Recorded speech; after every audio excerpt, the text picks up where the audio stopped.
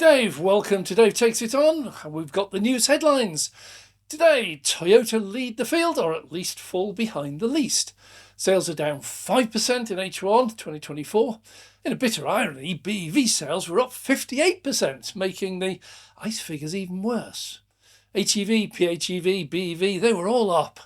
Seems electric is the future, maybe for Toyota by way of BEV and hybrids.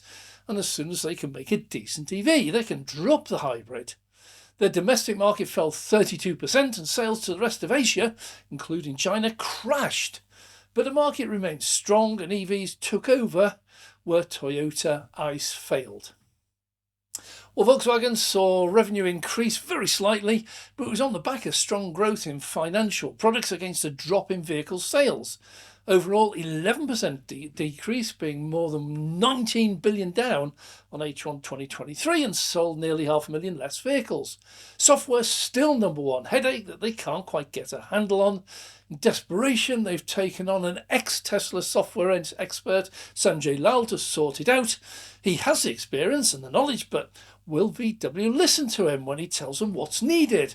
I doubt it. The last person who tried was their CEO, Herman Diess, and he got sacked. Still, they do have a huge number of new models coming out in the second half of the year. So they say. We know Ford's in trouble when they announce we've got a long-term strategy. In plain English, that means their short-term results are a disaster. Europe saw a welcome boost to EV sales in the compact market, but of course Ford doesn't have any products in the compact market. But their EV sales were once again the welcome relief, with EVs up 3.6%. Not sure that's good news, they lose so much money on every single sale. And the figures confirm that. Mach-E down 15%, F-150 Lightning up 79%. Once again, the commercial sector pulled them out of the mire, with the E-Transit up 152%. Stellantis continues the bad news, sales down 14%, profit down 48%. Income down 5.7 billion euros, doom and gloom in ample proportions. Maserati are on the verge of closing down, and most of the American brands like Ram and Jeep, they seem to be trying to set a new world record for how many unsold vehicles they can squeeze onto dealers' premises, and how long you can keep them there unsold. I bet they already hold that record, they're just seeing how much worse it can actually get. Well, in Europe, the solution is to form joint ventures with Chinese EV companies to get their hands on some decent cheap EVs. But of course, joint ventures simply means paying a Chinese company to make the vehicles really cheap, dismantle them, ship them over to mothball factories to get round the EU tariffs that are being imposed on Chinese imports. I seem to have the words software problem saved as a keyboard shortcut in Word. VW, Volvo, Ford, now we have Stellantis, yet again with their much hyped Citroën EC3 just being delayed. Software issues. Well, this was their big hope to match Renault with their 5e. And Peugeot 308, oh no, that's just got delayed as well with drivetrain issues, or at least what they're saying. Could be software problems? I don't know.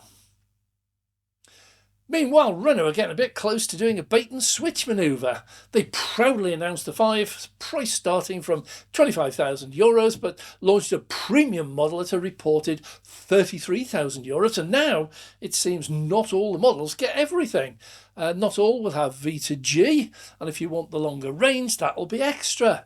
25,000 turns out to be 39, 40,000. Now that's a big jump. And you're still going to have to wait till 2025 at the earliest for any of the budget models. But I wonder what price they will be by then. Well, lucky the panic's over, because Stellantis is nowhere near ready to start delivering their much overhyped Citroën EC3 or Peugeot 3008. Now, I am waiting for the petrolheads to leap on the latest report from Hertz that they're selling off even more Tesla Model 3 and Y cars, far more than originally planned. Music to their ears. My question is, if Hertz buy cars based on the return they offer, as all rental companies naturally do, they don't want to buy cars that nobody rents. Who was it that went out and bought 100,000 Teslas?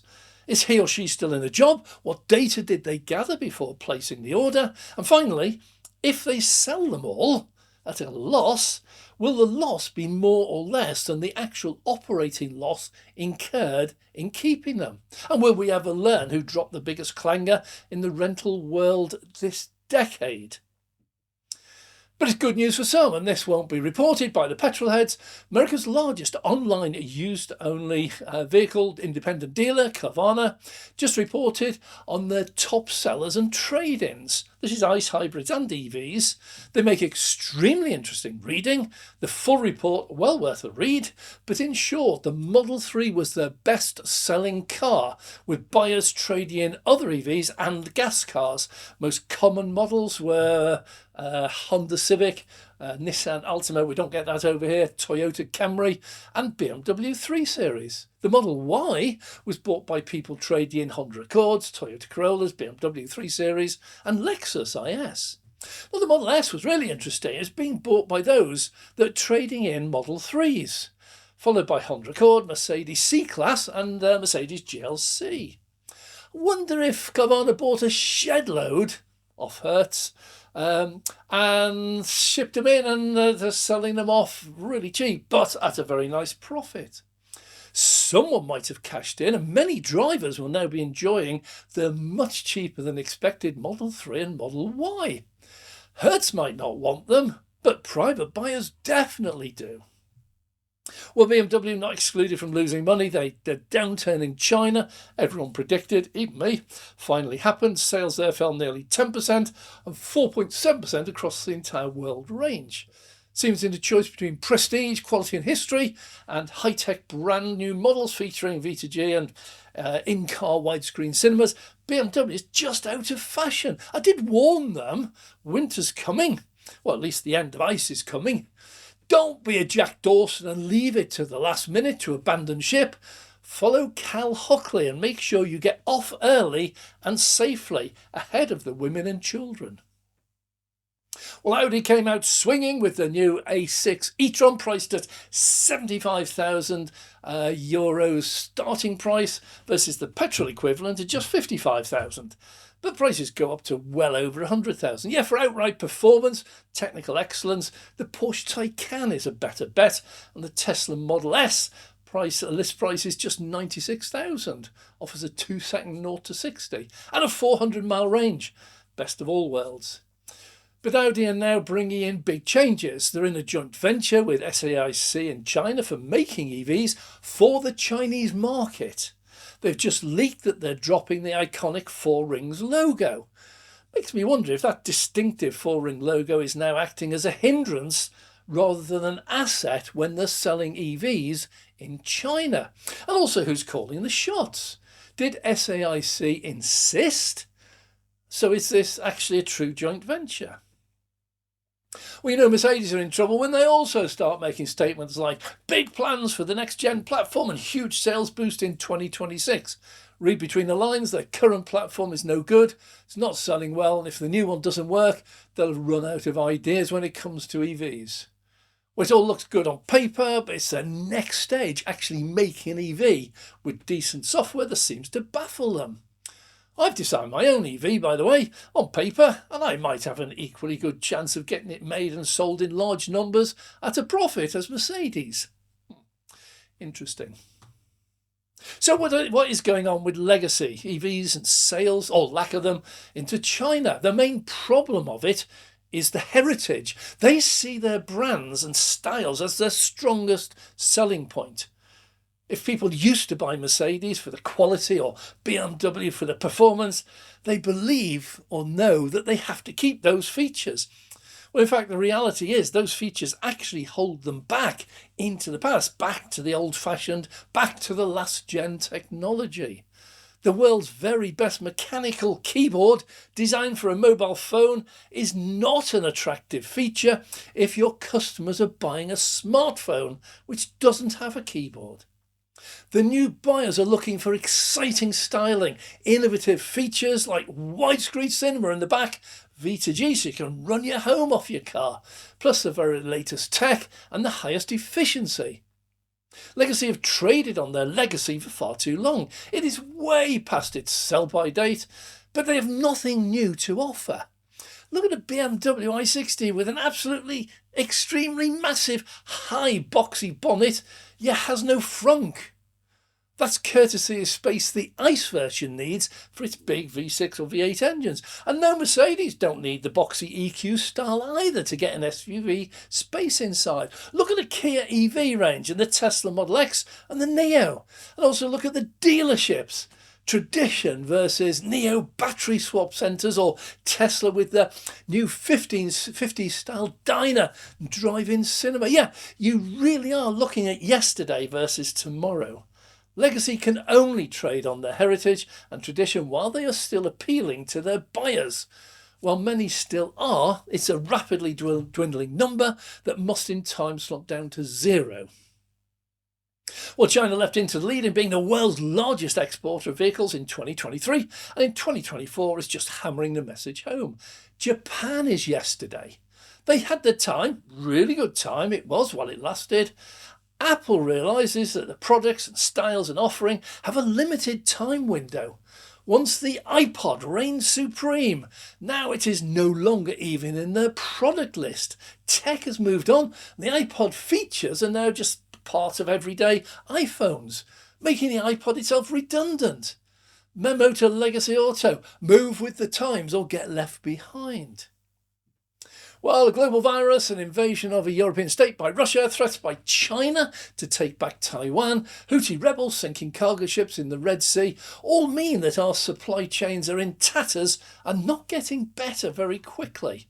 This has caused a total rethink of long vulnerable supply chains, totally out of our control, and establishing new supply chains much closer, much shorter, and within our control. Tesla took this to the extreme by eliminating supply chains altogether for a good number of products, where they now source the raw materials and now make the components in-house and send those components to the factories in-house.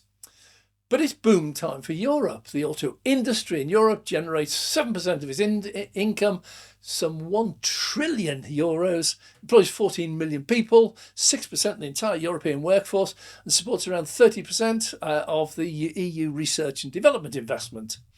One company is leading this charge, CTP, which is the largest operator and developer of logistics real estate by gross lettable areas. There's a video out on them shortly. They have a broad range of tenants, most of which are energy agnostic. They serve both ICE and EVs equally, makes no difference. The heartland of this is now Germany, Central and Eastern Europe, and the Netherlands. And business is booming. Once the key phase was offshoring, now it's onshoring, bringing the supply chains back home. Cheap is great as long as it's reliable, but reliable is better if the world is hell-bent on fighting every battle and war it can find. And we see this with joint ventures with foreign countries like China, Japan, Taiwan. Watch out for more industries joining in.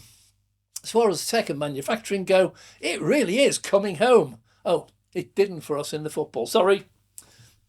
Well, Tesla got the jump on some of the rideshare companies by offering discounts to drivers working for Uber. They not only got grants towards the cost of buying their EVs, but they got access to the cheaper, more prolific and reliable supercharger network. But BYD and Tesla rarely operate in isolation, and BYD has just announced they are now offering 100,000 deals to Uber drivers if they buy or lease their EVs. They get subsidies, cheap finance rates, discounted charging rates, that's interesting, subsidised maintenance and cheaper insurance. Well, I suspect Tesla will be perfectly happy to sit back and allow all this to happen. After all, they have absolutely nothing to lose. If, and it's still a big if, but it's looking much more likely, if Tesla managed to crack full self-drive, then their own Uber drivers and BYDs will find themselves out of a job. Tesla EVs, however, won't be. They'll just become part of the new robotaxi fleet. Strange world when two massive companies are both trying to develop technologies that are mutually exclusive. BYD are working with DJI, them that make the drones. And those drones are definitely full self-drive capable, as you find out if you try to fly too far on the available battery state of charge. They come back, they can even avoid trees and buildings. But BYD are currently only on level 2 and have a licence for trials for level 3. Tesla just got their licence for trials of level 2 autopilot. We see China likes Tesla, but it also prefers its own industries to be the market leaders. However, we've all seen the videos of autopilot driving point to point with 0 interventions. So Tesla's next move is likely to be straight up to level 5. Then all EV manufacturers will be in a race to adopt the best, safest or cheapest FSD technology, and they'll get a leap ahead in the domestic and the robo-taxi markets. Well, that's all for now. Thanks very much for watching. I'm Dave. If you have enjoyed this, please click the like button. If you'd like to see more, click the subscribe and also notification bell so we can notify you when we release our next video. And for those who are interested, have a look at our Patreon membership down below. It does offer advantages, and we are very grateful to our regular Patreon members. Without you, this would not all be possible. Thanks very much. I'm Dave.